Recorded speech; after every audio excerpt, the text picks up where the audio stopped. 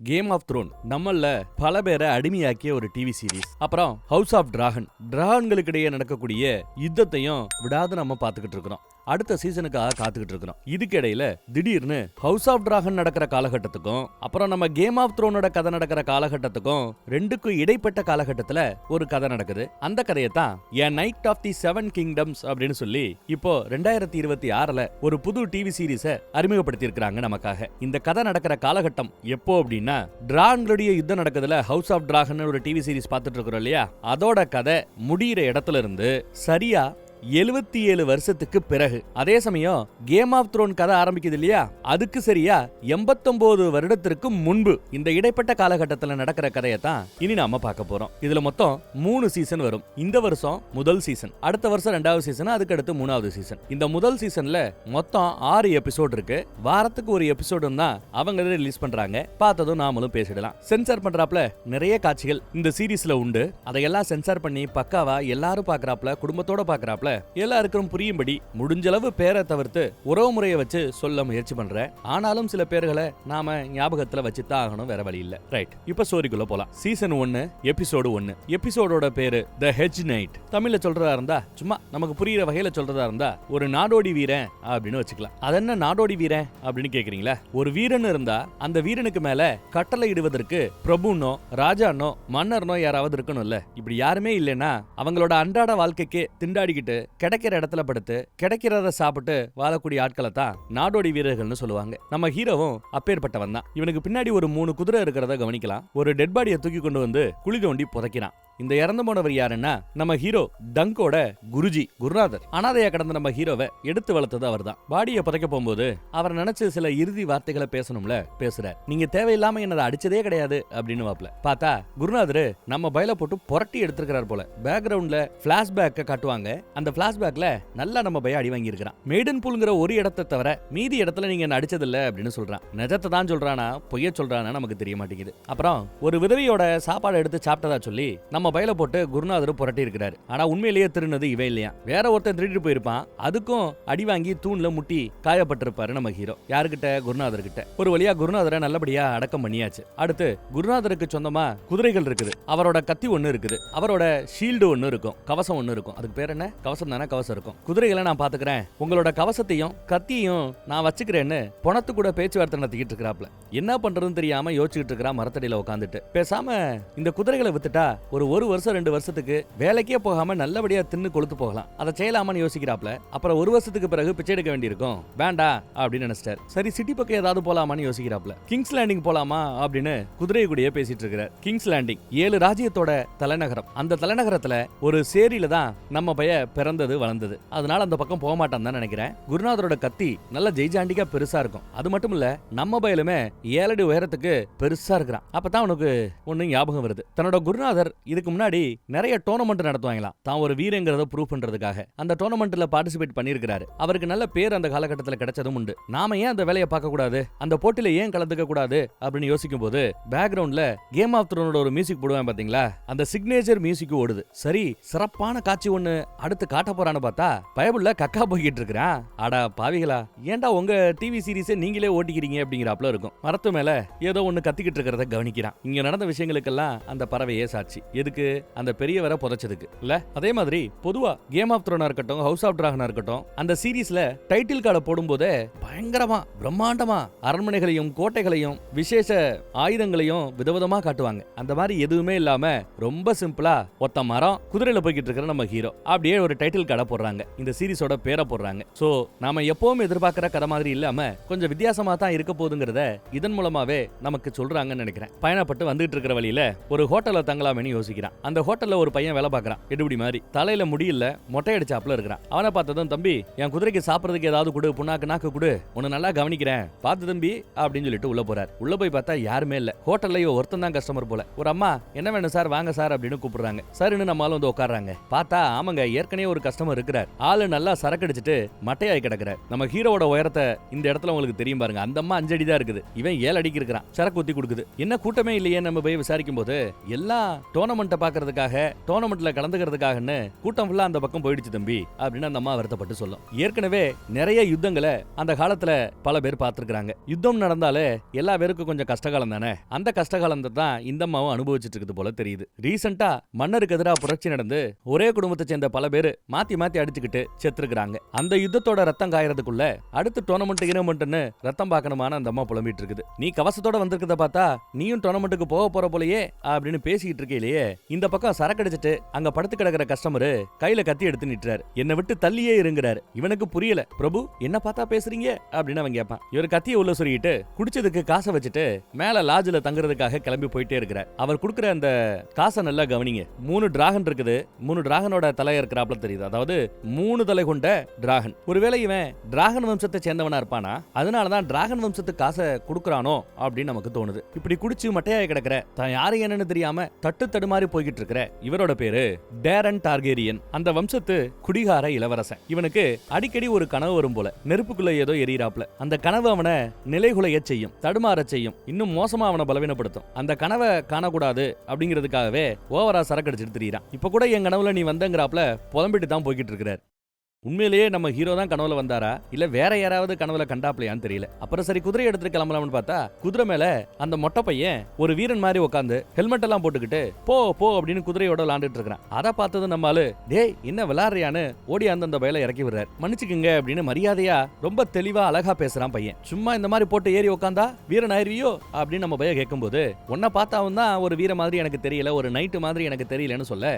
ஏன் என்ன பார்த்தா வீரன் ஒத்துக்க மாட்டியா, நைட்னு ஒத்துக்க மாட்டியாங்கிறான் அவன். பொறுவா அந்த நைட் வீரர்கள்ங்கிறவங்க நல்ல உடை அணிந்துவாங்க, நல்ல ட்ரெஸ் பண்ணுவாங்க. இவங்கிட்ட நல்ல ட்ரெஸ் கிடையாது. அப்புறம் தன்னோட வாளை வைக்கிறதுக்காக இடுப்புல பெல்ட் ஒன்னு வச்சிருப்பாங்க. ஆனா இவங்கிட்ட இருக்கிறதோ பெல்ட் இல்ல, கயறல தான் கத்திய சொருகி வச்சிருக்கான். ஆளோட பேச்சு கிச்சுமே ஒரு மாதிரியா இருக்குது. அதனாலதான் இந்த பையன் நம்பல போல தெரியுது. நீயும் அந்த டோர்னமெண்ட்டுக்கு போறியா, பேர் கொடுக்க போறியா அப்படின்னு கேட்க நம்ம பையன் ஆமான்னு சொன்னதும் அப்ப என்னையும் கூட்டு போயேன், நான் உனக்கு அசிஸ்டண்டா எடுபடியா இருக்கிறேன் அப்படின்னு நம்மால் கேட்டுப்பார். அதெல்லாம் முடியாது அப்படின்னு சீனா போட்டுக்கிட்டு இருப்பான். உன்னோட அம்மா என்னடா சொல்லுவாங்க சொல்லும்போது அவன் எந்த பதிலும் சொல்லாம இருக்கிறத பார்த்துட்டு ஓ அனாதை பையலா நீ அப்படின்னு கேக்குறான். நீங்களுமா அப்படின்னு அவன் கேட்பான். ஆமா ஆமா ஒரு காலத்துல அனாதை பையலா இருந்தேன். அப்புறம் என் குருநாதர் என்ன சிசிய பிள்ளையா ஏத்துக்கிட்ட பிறகு அந்த ஃபீலிங்ஸ் இல்லங்கிற ரேஞ்சுக்கு பேசிட்டு இருக்கிறாப்ல. எனக்கு எல்லாத்தையும் சொல்லி கொடுத்தது என் குருநாதர் தாங்கிறான். முடிஞ்ச அளவு சொல்லி கொடுத்துருக்காரு அப்படின்னு வேற சொல்றான். இவன் உண்மையை சொல்றானா பைய சொல்றானு தெரிய மாட்டேங்குது. நானும் உனக்கு சிசிய பிள்ளை ஆயிடுறேன், உனக்கும் முடிஞ்ச அளவு நீ எனக்கு சொல்லி கொடுத்தா போதும் அப்படின்னு இந்த பைய பேச்சுவார்த்தை நடத்திக்கிட்டு இருக்க. முடியாதுன்னு கட்ட டேட்டா சொல்றாப்ல. நிறைய புண்ணாக்க ஃபில் பண்ணி கொடு, என் குதிரைகளுக்கு தேவைப்படும்னு சொல்லி ஃபில் பண்ண சொல்றாரு. அவனும் ஃபில் பண்ணிட்டு இருக்கான். இவனுக்கு அவனை கூப்பிட்டுக்கலான்னு ஒரு எண்ணம் இருந்தாலும் கூப்பிட்டு போகல. குதிரை ஏறி கிளம்பி போகல. இந்த டிப்ஸ்னு காசை வீசிட்டு போறார். இந்த பையன் அந்த காசை எடுக்கல. மேபி சில்லற காசை போடுறானே அப்படின்னு எடுக்காம இருக்கிறானோ என்னவோ. நான் போன பிறகு அந்த காசை ஓடி போய் எடுப்பேன் எனக்கு தெரியும்டா, சும்மா எடுத்துட்டு போடா அப்படின்ட்டு போயிட்டே இருக்கிறார் நம்ம ஹீரோ. 3 குதிரையை ஓட்டிக்கிட்டு அப்படியே பயணப்பட்டு போறாங்க. டோர்னமெண்ட் நடக்கிற அந்த இடத்த தூரமா இருந்து பாக்குறான். அப்புறம் இடத்துக்குள்ள நுழையிறான். ஜேஜேன்னு கூட்டம் படு வேகமா விமர்சனையா ஏதோ வேலை நடந்துகிட்டு இருக்குது. அங்க சிவப்பு கலர்ல ஒரு கூடாரம் போடுறத அவன் கவனிக்கிறான். அந்த கூடாரத்து கொடி இதெல்லாம் பாக்குறான். இவனுக்கு தெரிஞ்சவர் தான் நினைக்கிறேன். இவனுக்கு தெரியும், பட் அவருக்கு இவனை தெரியணுமே. கண்டுக்காம இந்த பக்கம் வந்து இந்த டோர்னமெண்ட் நடத்துறவரை பார்க்கணும் அப்படின்னு கேட்டு தெரிஞ்சுக்கிறான். ஒருத்தவர்கிட்ட ஒரு வீரன் கொண்டு வந்து நிப்பாட்டுறாங்க. அவர் உட்காந்து ஏதோ எழுதிட்டு இருக்காரு. பிள்ளைகளை விளையாண்டுட்டு இருக்குங்க. இவன் வந்ததும் எல்லாரையும் இவர் வெட்டி விட்டுறாரு. வீரனா பேர் இருக்கா அப்படின்னு கேட்கும்போது டங்க் அப்படிங்கிறான். சர் டங்க் அப்படிங்கிறான். சருங்கிற பட்டம் ஒரு சுத்த வீரனுக்கு கொடுக்கக்கூடிய பட்டம். ஆனா இவனை பார்த்தா சர் பட்டம் வாங்கின மாதிரியோ ஒரு வீர மாதிரியோ தெரியல. அவர் சந்தேகத்தோட பார்க்க என் குருநாதர் தான் எனக்கு சர் பட்டம் கொடுத்தாரு, என்ன ஒரு வீரனாக்குனாரு. தான் சாகிறதுக்கு முன்னாடி அவரோட சொந்த வாளால எனக்கு வீரங்கிற அந்த அங்கீகாரத்தை கொடுத்ததா சொல்லுவார். அவரோட வாள் இதோ அப்படின்னு வாளையும் காட்டுறார். அந்த வாளுல கூட அந்த காயின்ல இருந்தாப்லயே 7 கதிர்களை கொண்ட ஒரு சூரியன் மாதிரி ஒரு நட்சத்திரம் மாதிரி நமக்கு காட்டுறாங்க பாருங்க. இந்த வாளுக்கு பின்னாடி ஏதாவது கதருக்கா என்னன்னு பின்னாடி தான் நமக்கு தெரிய வரும். நல்லா பெருசா கத்தி நல்லா தான் இருக்குது. ஆனா ஓ குருநாதரை பத்தி நான் கேள்விப்பட்டது இல்லையேங்கிறாரு அவர். அவரோட சிசிய புள்ள தான் நாங்கிறேன். இவன் சிசிய புள்ளங்கிறத நான் புரிஞ்சுக்கிறேன், ஆனா உண்மையிலேயே நீ ஒரு வீரன் தானா அப்படின்னு சந்தேகத்தோடய பாக்குறாரு அவர். பிளாஷ்பேக்ல நானும் உங்களை மாதிரி குருநாதா உங்களை மாதிரி ஒரு பெரிய வீரனாகணும், சுத்த வீரனாகணும்னு சொல்லும்போது அவர் காரி துப்பிட்டு போயிட்டே இருக்கிறாரு. இவனை மதிச்சு எந்த பதிலுமே சொல்லல. அப்போ இவன் சொல்றது பொய்யோ, இவனை வீரனை ஆக்கவே இல்லையோ தெரியல. தான் சாகுற தருவாயில என்ன மொண்டி போட சொல்லி இந்த வாளால எனக்கு வீரங்கிற அங்கீகாரத்தை கொடுத்ததா பேசிட்டு இருப்பாப்ல. அதெல்லாம் சரி, இதெல்லாம் நடக்கும்போது யாராவது சாட்சிக்கு இருந்தாங்களா? சாட்சி இருந்தா சொல்லு அப்படிங்கிறாப்ல. அந்த மரத்து மேல ஒரு பறவை இருந்தது, அந்த பறவையே சாட்சிங்கிறான். அதுவும் பொய் மாதிரி தெரியுது. அந்த மாதிரி நடந்தாப்ல நமக்கு காட்டல. உண்மையை சொல்றானோ பொய்ய சொல்றானோ அதை நேர்ல பார்த்தது யாரும் இல்ல. ஆனா வெளியில ஒருத்தவர் கூடாரம் போட்டிருக்கிறாரு. அங்க ஒரு பிரபு இருக்கிறாரு. அவருக்காக என் குருநாதர் வேலை பார்த்து பாத்துருக்காரு, அப்போ என்னையும் என் குருநாதரையும் அவர் பாத்துருக்காரு, அவர் வேணா எனக்கு சாட்சி சொல்ல வாய்ப்பு இருக்குன்னு சொல்லதும் சரி அவரை கூட்டு வா அப்படிங்கிறாப்ல. எதுக்கு நான் இவ்வளவு கெடுபடியா இருக்கிறேன்னா, இங்க ஒரு பிரபு இருக்கிறார். அந்த பிரபுவோட பேரு லியானல் பராத்தியன். பேர் என்ன? லியானல் பராத்தியனா. அவரை ஏதோ ஒரு பட்ட பேரு வச்சும் கூப்பிடுறாங்க. சிரிப்பு புயலா. நம்ம வைகை புயல் தான் எனக்கு ஞாபகத்துக்கு வராப்ல. சோ வைகை புயல்னு கூப்பிடுவோம். அந்த பிரபுவோட பேர் என்ன? வைகை புயல். பெரிய வீரன். அப்பப்போ நிறைய வீரர்களை கூப்பிட்டு அவங்களோட இந்த மாதிரி சண்டை போட்டு டோர்னமெண்ட் நடத்தி பொழுதுபோக்குக்காக ஏதோ பண்ணிட்டு இருக்கிறாப்ல. உன்ன மாதிரி ஒரு விவசாயியை கொண்டு போய் முன்னாடி நிப்பாட்டி உனக்கு ஏதாவது ஆயி போய் ஒரே அவமானமா போயிடுச்சுன்னா அப்படின்னு யோசிக்கிறாரு அவரு. அப்புறம் டோர்னமெண்ட் நடக்கிற இந்த ஊருக்கே அவர் தான் பிரபுவும் கூட. யாரு? நம்ம வைகை புயல். அது மட்டும் இல்ல, போட்டியில ஒரு கால் ஒரு வீரர் தோத்து போனார்னா அந்த வீரரோட வாளு, குதிரை, கவசம் எல்லாமே ஜெயிச்சவங்களுக்கு சொந்தமாயிடும். அது உனக்கு திரும்ப வேணும்னா காசு கொடுத்து தான் அதை திரும்ப விலைக்கு வாங்கிக்கணும். இதெல்லாம் சரிப்பட்டு வராது போ அப்படின்னு விரட்டி விட இவன் சரி நீ கிளம்பி போவாங்க. அப்படி போறவனை நிப்பாட்டி சரி சரி எதுக்கும் சாட்சிக்கு அவரை கூட்டிட்டு வா, யாராவது ஒரு பெரிய ஆளை ரெக்கமெண்ட் பண்ணாங்கன்னா உன்னை நான் ஆட விடுறேன், லிஸ்ட்ல பேரை சேர்த்துக்கிறேன்னு சொன்னதும் ரொம்ப சந்தோஷமா போவான். போற வழியில எப்படி முற்றாம் பாருங்க, இவன்லாம் எங்க உருப்பட போறான் அப்படிங்கிறப்பல அவர் நினைச்சிட்டு இருக்கலாம். கூடாரத்துக்கிட்ட வந்தா உள்ள குடிச்சிட்டு சில பேர் வெளியில ஓடியாராங்க, சில பெண்களும் வெளியில வராங்க. அவங்க எல்லாம் உல்லாச விடுதியை சேர்ந்தவங்க போல தெரியுது. இந்த மாதிரி நான் அவரை பார்க்கணும், பிரபுவை பார்க்கணும்னு கேட்கும்போது ரொம்ப களைச்சு போய் தூங்கிட்டு இருக்கிறாப்ல, பார்க்க முடியாது அப்படின்னு ஓட்டுறாங்க அவங்க. ஈவினிங் டைம் வா பார்க்கலான்னு ஒருத்தி சொல்லி அமுச்சு வைக்கிறா. நம்ம பைய வழக்கம் போல குதிரை கூட புலம்பிக்கிட்டே நடக்கிறான். எதுக்கு ரெண்டு பேரு ரொம்ப அருமையா சண்டை போடுறாங்க. ஒருத்தன் அடிக்கிறான், ஒருத்தன் அடி வாங்கிட்டே இருக்கிறான். சாப்பு கலர்ல அவங்க யூனிஃபார்ம் போட்டுருக்கிறத கவனிக்கலாம். ஒருத்தர் அடி வாங்கி பொத்துன்னு கீழே விழுவார். ரெண்டு பேரும் உறவுக்காரங்க தான். அடி வாங்குறவனை நல்லா ஓட்டிக்கிட்டு இருக்காங்க. பதிலுக்கு இவன் ஒரு வாய்ப்பு கிடைக்கும் போது அடிப்பான். அதுல கோவப்பட்டு பொலின்னு மூஞ்சில அரவுறார். என்னடா முறைக்கிறன்னு முறைச்சிட்டு இருக்கிற நம்ம ஹீரோவை பார்த்து அடிச்சவன் கோவப்படுறான். கத்தி மட்டும் பெருசா இருந்தா பத்தா தம்பி, வரையா ஒரு சண்டை போட்டு பாப்போம்னு வம்புலுக்குறான் அந்த தாடிக்காரன். பெரிய தாடி வம்புலுக்க சின்ன தாடி ஒண்ணும் பண்ண முடியாம அடி வாங்கின சின்ன தாடி வேடிக்கை பார்த்துட்டு இருக்குது. பெரிய தாடியோட கசினா இவன். முடிஞ்சா அவனை அடிச்சு பந்தாடு அப்படிங்கிறான் சின்ன தாடி. வேற முக்கியமான வேலை இருக்குது அப்படிங்கிறாரு நம்ம ஹீரோ. ஆமா, சவாலுக்கு கூப்பிட்டா உடனே வேலை வந்துடும் சொல்லிடுவியே, அவசரமா இருந்த என்ன பிரயோஜனம் அப்படின்னு சிரிச்சுக்கிட்டே நக்கல் பண்ணிட்டு பெரிய தாடி கிளம்பிடுச்சு. இங்க எல்லாரும் கூடாரம் போட்டு தங்கி இருக்கிறாங்க. நம்ம பய தங்குறதுக்கு வசதி இருக்குமா அப்படின்னு சுத்தி முத்தியும் பார்த்துட்டு இருக்கிறான். ஒரு மரத்தடி கிடைக்குது. பக்கத்துல தண்ணியில இறங்கி ஒரு குடியில போட்டு அவங்கிட்ட இருக்கிறது ஒரே ட்ரெஸ் தானா என்னன்னு தெரியல, 1-2 செட்டு வச்சிருக்கான்னு நினைக்கிறேன். அதையே கழுவி, அதையே துவைச்சு, அதையே திரும்ப போட்டுக்கிறான். ஈவினிங்ல பார்க்கலான்னு சொன்னாங்கல்ல, வந்து பார்த்தா ஒருத்தவனுக்கு பேண்ட்டை தச்சு கொடுத்துட்டு இருக்குது ஒரு அம்மா. இன்னும் எந்திரிக்கல அப்படின்னு சொல்லிட்டு கூடாரத்துக்குள்ள போகுது. அந்த காலகட்டத்துல எல்லாம் இறந்து போனவங்களோட கண்கள்ல 2 கல்லை வச்சு அடக்கம் பண்ணுவது வழக்கம். கேம் ஆஃப் த்ரோன்ல நம்ம பார்த்திருப்போம். அந்த மாதிரி இங்க பிள்ளைங்க விளையாண்டுட்டு இருக்குதா, இல்ல நிஜத்திலேயே ஒரு அம்மா செத்து போச்சா, செத்து போன பாடி அடக்கம் பண்ணிட்டு இருக்காங்கன்னு நினைக்கிறேன். விளையாட்டா நிஜமானு தெரியல. கூட இந்த பைய கூடயே விளையாண்டுட்டு இருக்க காலையில பார்க்கலான்னு அனுப்பிச்சு வைக்கிறாங்க. அங்க நம்ம வைகை புயல் எல்லாருக்கும் பார்ட்டி கொடுத்துட்டு இருக்காரு போல. இன்னைக்கு நைட்டு பார்ட்டி, நல்ல சாப்பாடு கிடைக்கும், அங்க சாப்பிடலான்னு அந்த பக்கம் போயிட்டு இருக்கிறான். போற வழியில பார்த்தா ஒரு பொம்மலாட்டம் நடக்கும். நம்ம ஊர்ல சின்ன பொம்மையை வச்சு நடத்துவாங்கல்ல, அங்க பெரிய பொம்மையா டிராகன் மாதிரி வச்சுக்கிட்டு ஒரு பொம்மலாட்டம் நடக்குது. பொம்மலாட்டக்காரி கதையை ரொம்ப அருமையா சொல்லிட்டு இருக்கா. கதையை கேட்ட எல்லாரும் கைத்தட்டி ஆர்ப்பரிக்கிறாங்க. பார்த்ததுமே பொம்மலாட்டக்காரிய நம்ம பையலுக்கு பிடிச்சு போச்சு. இருக்குதுலயே நம்ம பைய தாங்க உயரமா இருக்கிறான். சோ அந்த பொண்ணு உயரமா இருக்கிற இவனை பாக்குறா. அப்புறம் நம்ம சின்னதாடி வந்து அவன் அப்படித்தான், பெரிய தாடி அப்படித்தான், கண்டுக்காத.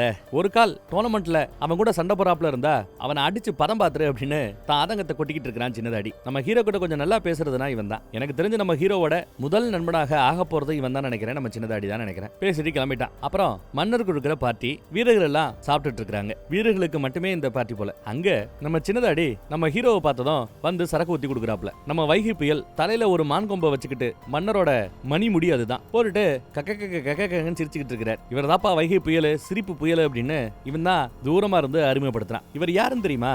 கேம் ஆஃப் த்ரோன்ல ராபர்ட் பராத்தியன்னு ஒரு கேரக்டர் உங்களுக்கு தெரிஞ்சிருக்கும்ல. கிங்ஸ் லேண்டிங்கோட மகாராணி, 7 ராஜ்யத்துக்கும் ராணின்னு ஒரு வில்லியை நான் அறிமுகப்படுத்துவன்ல, அந்த வில்லியோட புருஷன் 7 ராஜ்யத்துக்கும் மன்னரா இருந்தவன் தான் ராபர்ட் பராத்தியன்னு குண்டா ஒருத்தர் இருப்பாரு, பெரிய தடியை வச்சுக்கிட்டு. அவரோட முன்னோர் தான் இவரு. இவரோட வம்சத்துல 4 தலைமுறைக்கு பிறகுதான் அந்த ராபர்ட் பராத்தியன் பிறப்பான். அவர் எப்படி எப்ப பார்த்தாலும் ஒரு மன்னரோட வேலையை உருப்படியா பண்ணாம ஜாலியா எப்ப பார்த்தாலும் பார்ட்டி சொகுசு அப்படின்னு திரிவாரோ, அதே மாதிரி தான் நம்ம வைகை புயலும் திரிவார். நம்ம ராபர்ட் பராத்தியன் நட்புக்கு எப்பவுமே வேல்யூ கொடுக்கிறவர். அதே மாதிரிதான் இவரும் கூட நினைக்கிறேன். பார்ட்டி நடந்துட்டு இருக்கிறப்போ ரொம்ப ஒசரமா அவன் இருக்கிறத பார்த்துட்டு அமைச்சர் ஒருத்தர் கூப்பிட இவனும் போய் நிக்கிறான். மன்னர் தான் கூப்பிட சொல்லியிருப்பார் போல. சாரி, நம்ம பிரபு வைகை புயல் தான் கூப்பிட்டு இருக்கிறாப்ல. யாரடா படம் பார்க்க வந்திருக்கிற அப்படி இப்படின்னு விசாரிச்சுட்டு இருக்கிறப்போ இவன் ஒரு மாதிரியா பதில் சொல்லிட்டு இருப்பான். சரி, பிரபுவை பார்க்க வந்திருக்கிற, என்ன கொண்டு வந்த அப்படின்னு கேட்கும்போது இவன் முழிக்கிறான். பாரு, என்ன பார்க்க வரதா இருந்தா மோஸ்ட்லி எதுக்காக வருவாங்க, ஏதாவது உதவி கேட்டு தான் வருவாங்க, என்கிட்ட ஏதாவது எதிர்பார்த்து தான் வருவாங்க. அங்க ஒரு விலங்காரன் ஆடிட்டு இருக்கான்ல, அந்த பைய கூட இது எனக்கு கிஃப்டா கொடுத்தான். எப்ப கேட்டாலும் பஞ்சப்பாட்டே பாடிக்கிட்டு இருக்கிறவன் கூட கிஃப்டா கொடுக்குறான். நீ ஒண்ணுமே இல்லாம வந்தா எப்படி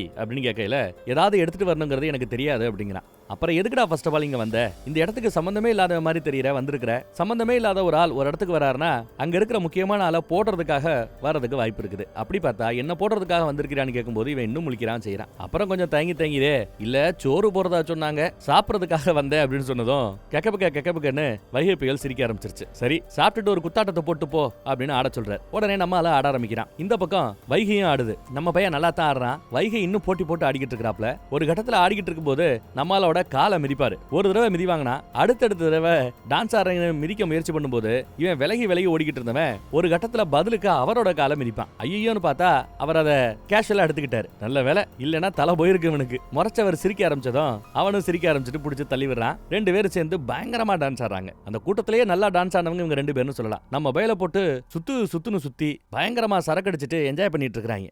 அந்த சீனு கட் பண்ணி அடுத்த சீன்ல பார்த்தா மன்னரோட மணிமகுடம் நம்ம ஹீரோவோட தலையை அலங்கரிக்கிறது. அவ்வளவு 2 பேரும் க்ளோஸ் ஆயிட்டாங்க போல தெரியுது. மனசு விட்டு ஏதோ பேசிட்டு இருக்கிறார். டோர்னமெண்ட் பத்தி தான் ஏதோ பேசிட்டு இருக்காங்க. நம்ம ஹீரோ என்ன கேக்குறாருன்னா, நீங்க எல்லாம் பிறந்ததுல இருந்தே போர் பயிற்சி சண்டை அது இதுன்னு முயற்சி பண்ணவங்க. நான் ஏதோ அரகரையா கத்துக்கிட்டு இருந்தவன். என்னால என்ன பண்ண முடியும்னு தயங்கிட்டே பேசுவான். ஆனா இவனுக்கு தான் ஜெய்ஜாண்டிக்கா உடம்பு இருக்குதே, அது இவனோட பிளஸா இருக்குன்னு நம்பலாம். போட்டியில தோத்து போய் இருக்கிற குதிரை எல்லாம் போனா எனக்கு பரவாயில்ல, ஆனா ஒரு கால் ஜெயிச்சா எனக்கு ஒரு நல்ல பேர் கிடைக்கும், அதுதான் முக்கியன்ற அப்புறம் நம்ம ஹீரோ பேசிட்டு இருக்கிறார். குடிச்சிட்டு கிளம்பிட்டாப்ல. இவனும் கிளம்பிட்டான். இந்த பக்கம் பார்த்தா கூடாரத்துல இருந்து அந்த பிரபு வெளியில வராப்ல. அந்த காலகட்டத்துல நிறைய பிரபுக்கள் உண்டு. குட்டி நாட்டுக்கு குறுநில மன்னர்னு சில பேர் இருப்பாங்க. அதுக்கு மேல பெரிய மன்னர்னு ஒருத்தர் இருப்பார். இவன் ஒரு பிரபு தான் போல. 2 பொண்ணுங்களோட ஜாலியா கூதடிச்சிட்டு இருக்கிறார். இவன் வந்து தான் குருநாதரை பத்தியும், குருநாதரோட என்ன நீங்க பாத்திருப்பீங்க, அவர் உங்களுக்காக சண்டை பண்ணி இருக்கிறாரு அப்படி இப்படின்னு பேசையில, நாங்க சண்டைக்கு நூற்றுக்கணக்கான வீரர்களை ஈடுபடுத்துவோம், எல்லாரும் ஞாபகம் வச்சுட்டு இருக்க முடியுமா, போ அப்படின்னு மதிக்காம போயிட்டே இருக்கிறாப்ல. ஆளு ஒரு மாதிரி நொண்டி நடந்து போறாப்ல. கால் ஊனமா இருக்குமோ என்னன்னு தெரியல.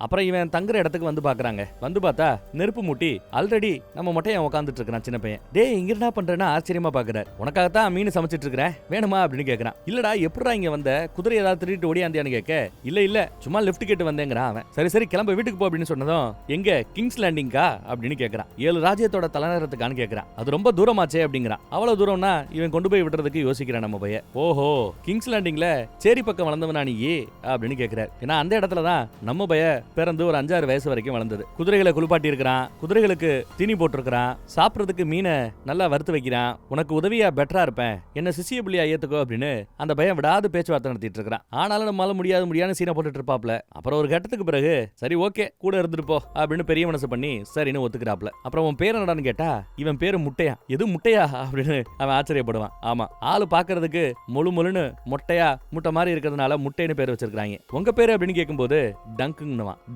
டங்கனா அப்படின்னு இவர் கேட்க, டங்குங்கிறது ஷார்ட்டா பாலமுருகன்கிறத பாலான்றது இல்லையா, அந்த மாதிரி டங்குன் இருக்கு அப்படின்னு நினைப்பான். ஆனா உண்மையிலேயே இவனுக்கு பேருன்னு ஒண்ணு இல்ல. இவனுக்கு டங்குன்னு ஒரு பேரை வச்சிட்டு இருந்திருப்பான். இப்ப இந்த பையன் மூலமா முழு பேரு கிடைச்சிருக்குது டங்கன்ட்டு. அப்புறம் 2 பேரும் விட்டத்தை பார்த்தாப்ல படுத்து கிடக்கையில வானத்துல ஒரு வால் நட்சத்திரம் போறத பார்த்ததும், வால் நட்சத்திரம் பார்த்தா அதிர்ஷ்டம், அப்ப நீ தான் ஜெயிக்க போற அப்படின்னு வர நம்பாலு.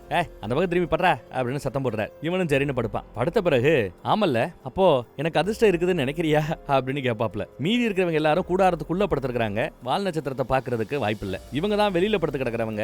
இவங்க கண்ணுல அந்த அதிர்ஷ்ட நட்சத்திரம் பட்டிருக்குது. மேபி அதிர்ஷ்டம் நம்ம ஹீரோக்கு துணை நிக்க போகுதோ என்னவோ. இத்தோட இந்த முதல் எபிசோட் ஒரு முடிவுக்கு வந்துருச்சுங்க. கேரக்டரோட கதாபாத்திர அறிமுகம் மட்டும் தான் இது. இதுக்கு மேல நிறைய விஷயங்கள் நாம பார்க்க இருக்கிறோம். நிறைய ட்விஸ்ட் டர்ன், பின்னாடி இவரா அப்படின்னு ஆச்சரியப்படக்கூடிய பல விஷயங்கள் இருக்க போகுது. இப்பயே ரிவீல் பண்ண வேண்டாம், அதெல்லாம் அடுத்தடுத்த பாகங்கள் வரும்போது நாம டெஃபினட்டா பேசுவோம். ஒவ்வொரு வாரமும் திங்கட்கிழமை ஈவினிங் இல்ல செவ்வாய்க்கிழமை இந்த எபிசோட நீங்க எதிர்பார்க்கலாம். 6 வாரம் 6 எபிசோடு சீசன் 1 முடிஞ்சிடும். அப்புறம் அடுத்த வருஷம் சீசன் 2 வரும்போது அதை நம்ம பார்ப்போம். அப்புறம் நம்ம ஹீரோவை பத்தி சில அறிமுகம். நம்ம ஹீரோ கிங்ஸ் லேண்டிங்கை சேர்ந்தவர்னு நான் சொன்னேன்ல, அங்க உல்லாச விடுதியில வேலை பார்த்துட்டு இருக்கிற ஏதோ ஒரு பொண்ணுக்கு தான் நம்ம பய பிறந்திருப்பான். நம்ம ஹீரோட அப்பா யாருங்கிறது நம்ம ஹீரோக்கு யாருக்கு தெரியாது. அதே மாதிரி நம்ம ஹீரோ 7 அடி உயரத்துல இருக்கிறான்ல, இதே மாதிரி உயரத்தோட கேம் ஆஃப் த்ரோன்ல ஒருத்தவங்களை நீங்க பார்த்திருப்பீங்க. ஒரு லேடி ஆரியாவையும் ஆரியாவோட அக்காவையும் பாதுகாப்பேன்னு அவங்க அம்மா கிட்ட சபதம் பண்ணவங்க. அவங்களுக்கு கிட்டத்தட்ட இதே மாதிரி உயரமானவங்க தான். அந்த அம்மா கூட நம்ம ஹீரோ டங்கோட வம்சாவளியில வந்தவங்களா கூட இருக்கலாம் இல்ல, வாய்ப்பு இருக்குது. அப்புறம்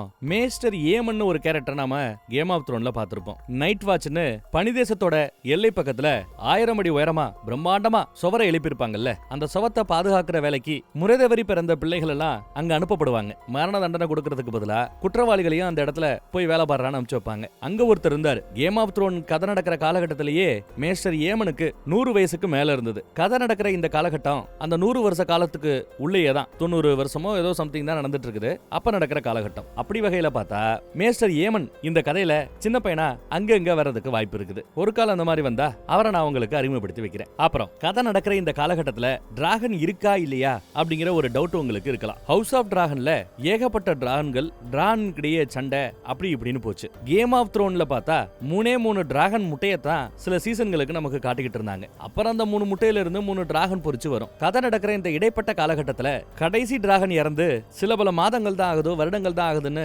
எங்கேயோ படிச்சாப்ல எனக்கு ஞாபகம், கேள்விப்பட்டாப்ல எனக்கு ஞாபகம். சோ எனக்கு தெரிஞ்சு கதை நடக்கிற இந்த காலகட்டத்துல டிராகன்கள் இருக்கிறதுக்கு வாய்ப்பு இல்ல. டிராகன் முட்டைகள் மேபி கிடைக்கலாம். ஒரு கால் டிராகன் இருந்தா 1-2 இருக்கிறதுக்கு வாய்ப்பு இருக்குது. இல்ல மோஸ்ட்லி டிராகன்கள் இல்லாம இருக்கிறதுக்கு வாய்ப்பு இருக்குது. கதை போற ஃப்ளோல தான் டிராகன்களை பத்திய உண்மை என்னங்கிறது நமக்கு தெரிய வரும். 2வது பாகத்துல சந்திப்போம். காத்துருங்க.